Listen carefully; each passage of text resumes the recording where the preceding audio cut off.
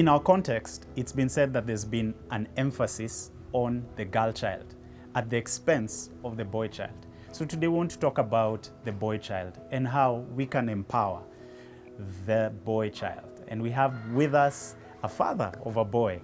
I'm also a father of a boy and girl, but I want to bring in Kyama Mutui, father of a boy. What are you doing to ensure that your son is this empowered guy? Yeah. I think where we misstake you, especially as fathers, is that you forget the one person who can understand a boy is someone who had been a boy before. So you understand the challenges, you understand the joys, you understand the things that you think should make a man. So if you let him be just brought up by the mother or just the ladies, there's a perspective he misses. Yeah. It doesn't mean he can't grow up okay and things like that, but having a male figure in his life brings a certain perspective. So for fathers who have boys, I think take time to ask yourself, empathize. I think empathy is the word. So what's empathy about? Empathy is asking yourself, when I was his age, what do I imagine I needed? What did I miss that I wish had been done to me, that now I have a chance to impart onto my child? Okay. You know, so because if you ask those questions, it's easier for you to answer. Yeah. Because there'll definitely be something you enjoyed, and there's definitely something you missed. Yeah. Now, there's a reason why you missed it. I think now it's your chance to impart it to your son or to that boy child who's looking up to and you.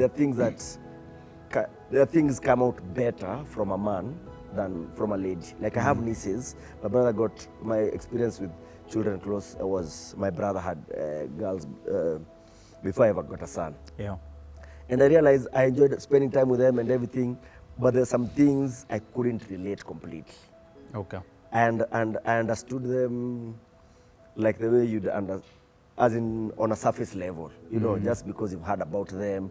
But there are things, for example, let's say my sister or their mom understood better. Yeah. Like one of them right now is almost going into preteens. Yeah. And you can tell something in her demeanor has changed. But I'm imagining my sister and the mom understand what questions she's having more than me.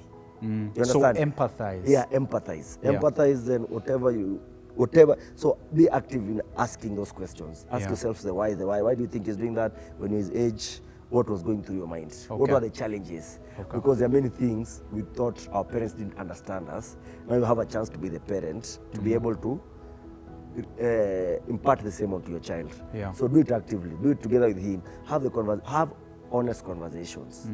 Mate, I don't understand why it feels so easy to just run away from the topics that matter just because you're afraid. I mean, just ask yourself what will happen. Like my dad, I remember anytime that he used to discipline me, he used to tell me it's because I can see what this behavior will be like in 20 years. Wow. So back then I used to wonder, sasa unasema nini? But you know, I don't think there's a thief who started by stealing from a bank. Yeah. They just you start stealing by something small and getting away with it. And even when the people that matter don't say anything. True that. Of course, true this that. is overgeneralization, but yeah, so I think empathy is an important one. Empathy is a big one. So identify with them, place yourself in their shoes. Yeah. Think of yourself as a little boy. Exactly.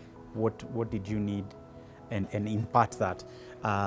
There's been this whole conversation about toxic masculinity. Yeah.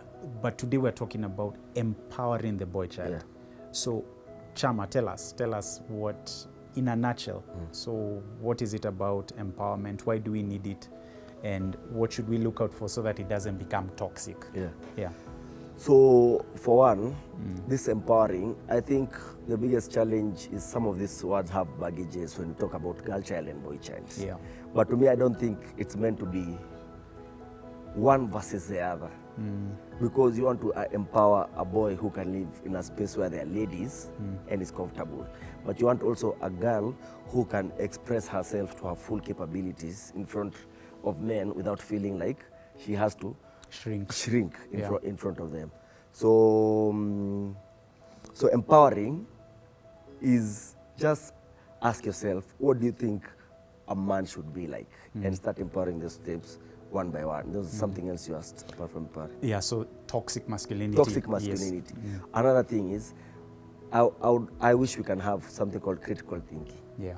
I think it's critical thinking anyway. It's sometimes we never ask ourselves, why do we do the things we do? Why did I find? So I just say, I did because I found it being done. Yeah. So some things like, you saw people wearing pink shirts, and there was a time that was toxic masculinity. You understand? Or you see someone just enjoying cooking, and then you shun him. Yet food is a way of living. You know, it's like even people who went hunting, they didn't wait for their wife to come all the way. Maybe they've gone on a 3-day hunt. Yeah. So you roast it and eat. So the thing is, I think it's good to ask yourself, why do I feel this way? If you really understand the why behind it, Yeah. then you're able to tell your son, there's some things that make sense from a cultural perspective, and there are things that don't make any sense. Yeah. And any child who's empowered by the father or the parent won't be too worried about what the outside world will say. Okay. So if you empower them from the beginning, by the time they are older, they'll be confident in themselves, not to worry about toxicity. Okay. Okay. I think it's like we're scratching the surface with this topic of boy-child empowerment, but we'd love to hear from you. What do you have to say about empowering the boys, empowering the guys, empowering these people, not at the expense of girls, but what would you have to say about it? We'd love to know. Just tell us right there in the comment section, whether you're on Facebook, YouTube, Instagram, whatever platform. Please drop us your comments. We'd love to hear from you. And thanks for this conversation, Kyama. Just a nutshell about parenting, being present, being in the moment, and also reaching out for the boy child, placing them, carrying them on our shoulders, and ensuring that they live confidently and fearlessly. You've been watching CITAM Church Online. God bless you.